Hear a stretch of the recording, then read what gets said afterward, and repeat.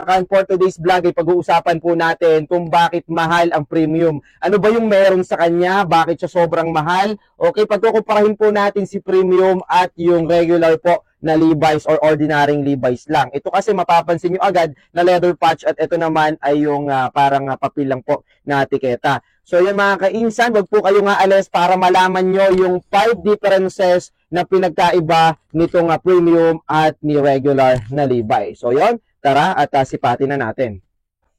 So yun, ang unang pag-uusapan po natin ay yung stitching, yung pagkapulido ng tahi po. Okay, itututo ko na lang po yung camera para mas makita nyo. Ito na nga po si premium, kung mapapansin nyo sa sinturera niya ay mas maraming tahi. Okay, mas maraming tahi, mas matibay compare po sa regular na Levi's or ordinary Levi's lang. O yan na, sa tahi niya sa sinturera pa lang, ibang-iba na. And then sa pagkapulido po ng mga tahi niya na yan, okay, tapat-tapat, pantay-pantay po yan at mas marami ring tahi yan. Compare din dito, mas malalaki yung pagitan nila. Okay? And then dito naman sa may back pocket, ayan, kung mapapansin nyo, sobrang kapal ng pagkakatahi niyan. Compare dito na, ayun lang, dito lang sa taas na pinulido. Ito hanggang pinaka dulo, ayan, makikita nyo, ay may tahi. Next is fabric. So, itong si premium po, meron siyang higher cotton content. And then, ito namang si regular na Levi's ay meron siyang elastane content. Okay? So, mas maganda yung tela nito, mas makapal na malambot, at syempre, nai-stretch siya. So, ito naman, si elastane po ay sakto lang yung kapal, sakto lang din yung kanyang lambot. Okay? So, yung mga ordinary na Levi's na nasusuot natin, na ganito yung etiketa, ganun lang yung kanyang tela.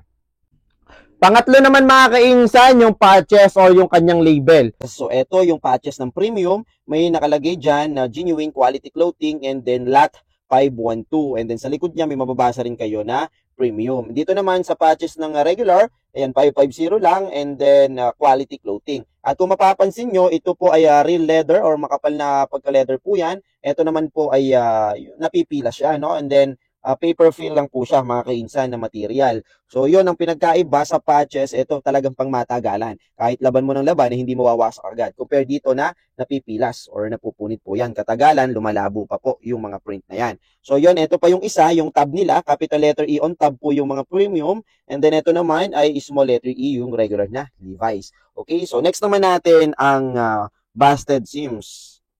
And then, pang-apat naman po, yung tahi niya sa loob. Makikita nyo rin po yan, yung pinagkaiba nila, kung ano ba yung magandang tahi, yung premium ba o yung regular lang na Levi's. Naman natin mga kainsan, itong busted seams niya, na kung mapapansin nyo, itong si premium ay naka-butterfly, solid.